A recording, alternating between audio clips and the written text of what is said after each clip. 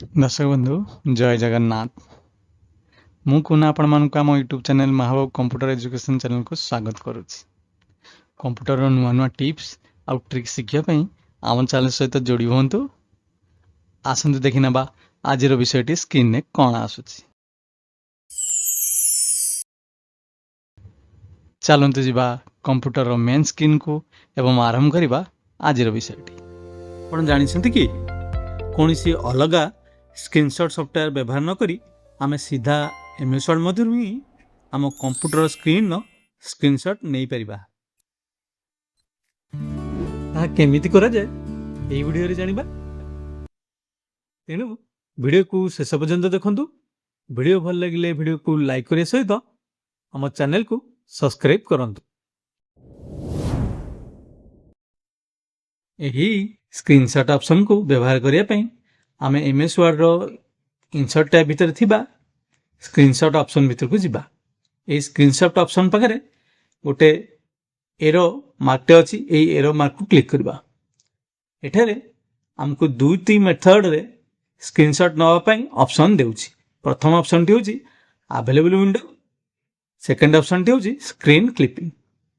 तबे available window माने कोन?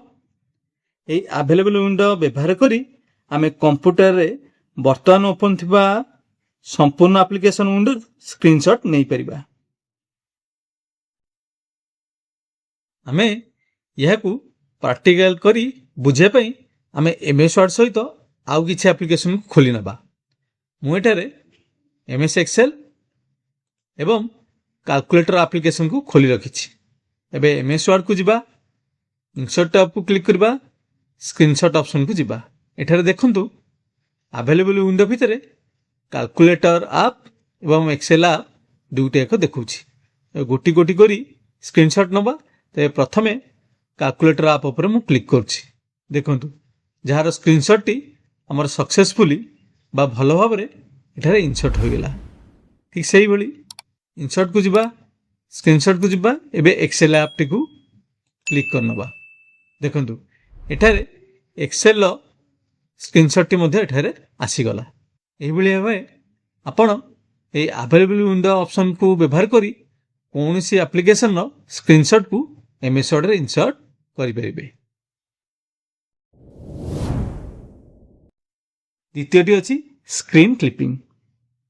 एई द्वितीय ऑप्शन स्क्रीन क्लिपिंग को व्यवहार करी आमे अवेलेबल विंडो रे ओपन थिबा एप्लिकेशन नो कोनोसी निर्दिष्ट पार्ट अथवा आवश्यक अनुसार स्क्रीनशॉट नहीं पाइबा। स्क्रीन क्लिपिंग ऑप्शन माने द्वितीय मेथड को व्यवहार करी देखिया। जहार डेफिनेशन थला हमको जेतिक अंश आवश्यक सेतिक अंश को आमे आनी परिबा। तेबे स्क्रीनशॉट रो एरो मार्क ऑप्शन को क्लिक करिबा, स्क्रीन क्लिपिंग को जिबा। एबे देखंतु या को क्लिक कला मात्रे आपनकर जे विंडोटी खोला थिबो, जेमिति कि हमरो एटी एक्सेल विंडोटी खोला अछि, ताहा किछि धूसर कलर माने ब्लर होई गेला।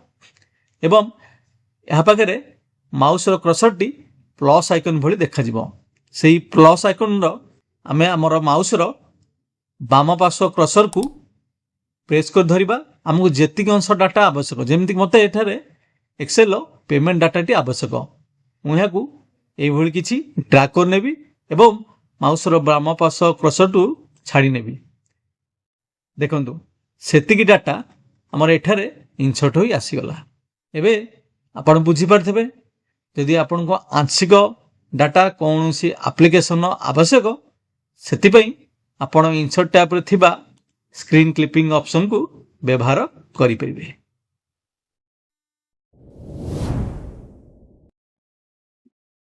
एई वीडियो रो कंक्लूजन माने सार कथा कोन?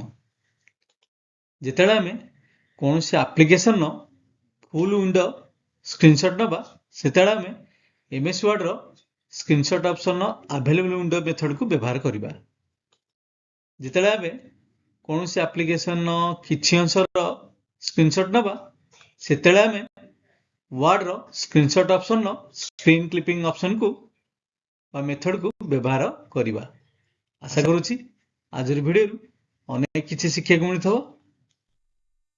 आमर आज वीडियो जदि आपन को किसी शिक्षा को मिलता है तेज आम वीडियो को लाइक करंतु, ଆଉ ଯଦି ଆପଣ ଆମ ଚ୍ୟାନେଲକୁ ନୂଆ ହେଇ ଆସିଥାନ୍ତି ତେବେ ଆମ ଚ୍ୟାନେଲକୁ ସବସ୍କ୍ରାଇବ୍ ମଧ୍ୟ କରନ୍ତୁ। ଆମ ଭିଡ଼ିଓକୁ ଅନ୍ୟ ସାଙ୍ଗମାନଙ୍କ ସହିତ ବହୁତ ମାତ୍ରାରେ ସେୟାର କରନ୍ତୁ। ଜୟ ଜଗନ୍ନାଥ।